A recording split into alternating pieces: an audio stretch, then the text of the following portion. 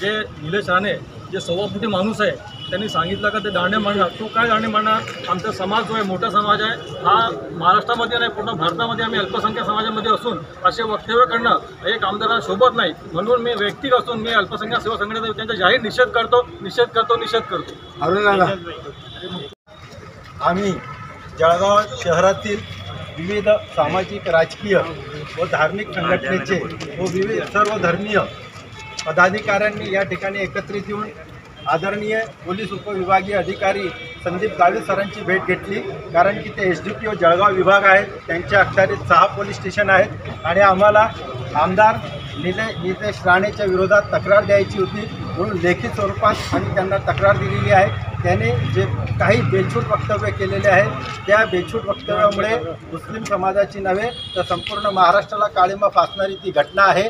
त्यांनी जे विविध BSN कायद्याचे उल्लंघन केलेले ते आम्ही सविस्तरपणे त्याच्यात नमूद केलेले आहेत आणि त्याने आम्हा जळगावकरांना उद्देशून ते बोललेले आहे। कारण की आम्ही जळगावकरांनी 17 तारखेला, 18 तारखेला, 19 तारखेला आणि 22 तारखेला अशा जळगाव शहरात विविध ठिकाणी त्यांच्या विरोधात लेखी तक्रारी केलेल्या होत्या। एवढेच नव्हे तर जळगाव जिल्ह्यात विविध ठिकाणी मोर्चे, आंदोलने, निदर्शने झालेली होती।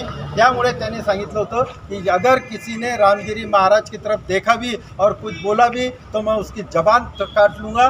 तुम जहाँ रहेंगे मस्जिदों में रहेंगे, तुमको हिंदी समझते आती है इसलिए मैं हिंदी में बोल रहा हूँ कि मस्जिदों में घुस के तुमको मारूंगा और तुम कैसे रहते तुम्हारे ढूंढन पे बाल काट के ऐसा डालूंगा अंदर से डांडू के आप समझ जाएंगे। इतक्या अश्लील अशब्द भाषेत त्याने अपमान केलेला आहे। एक आमदार असून, लोकसेवक असून त्याने कायद्याचं बिलकुल उल्लंघन केलेलं आहे। त्यामुळे आमची आज संपूर्ण जळगाव शहरच्या वासियांनी साहेबांना विनंती केली की जळगाव येथे त्याच्यावर आमच्या वतीने गुन्हा नोंद करण्यात यावा, म्हणून रीतसर तक्रार आम्ही FIR दिलेली आहे, सर्वांच्या सह्या घेतलेल्या आहेत। धन्यवाद।